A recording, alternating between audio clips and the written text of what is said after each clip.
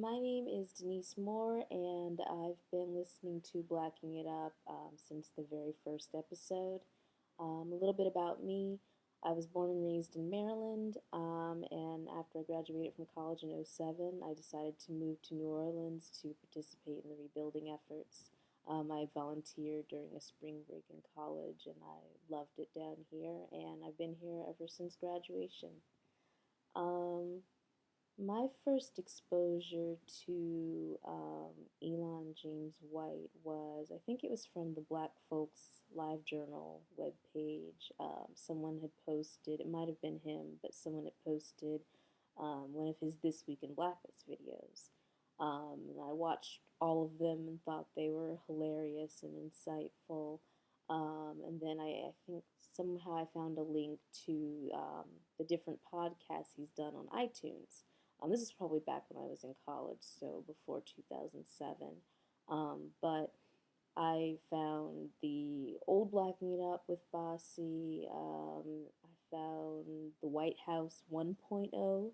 I've listened to the White House 2.0. I think those two, I think Elon and Hassan are responsible for taking away any remaining innocence that I had left after listening to those podcasts. I've listened to We Nerd Hard. I've pretty much listened to every podcast that Elon has ever put out from beginning to end.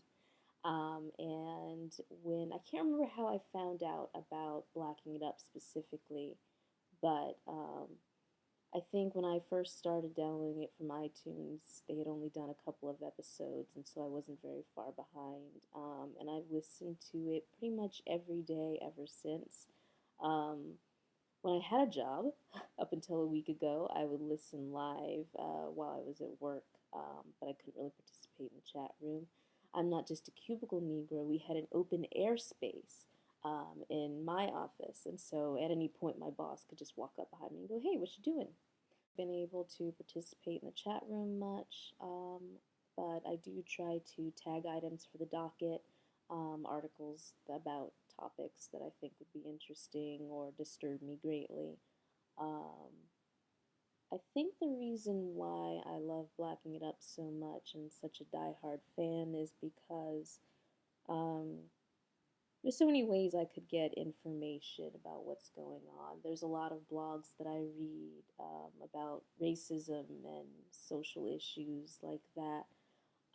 But sometimes I just need the humor. Um, I need the humor along with the knowledge, or else I would just be miserable and depressed all the time with all the things that go on in this country and around the world. And so I think that that's why I enjoy Blacking It Up so much. And it does feel like a family with the audience, even though I'm not in the chat room often. There's, a great Google Plus community, and, I certainly hope now that I have all this free time on my hands, um, I'm actually kind of interested in staying jobless for a while, as long as I can figure out how to make some money on the side, just so I do have time to focus on things that I really love and get involved more with the TWIBIU community. Um, so I think that that's about it. I love Elon. I think he's hilarious. I love Aaron. I think he's hilarious. I absolutely adore Eljoy. I think that she is an amazing role model for young women like me.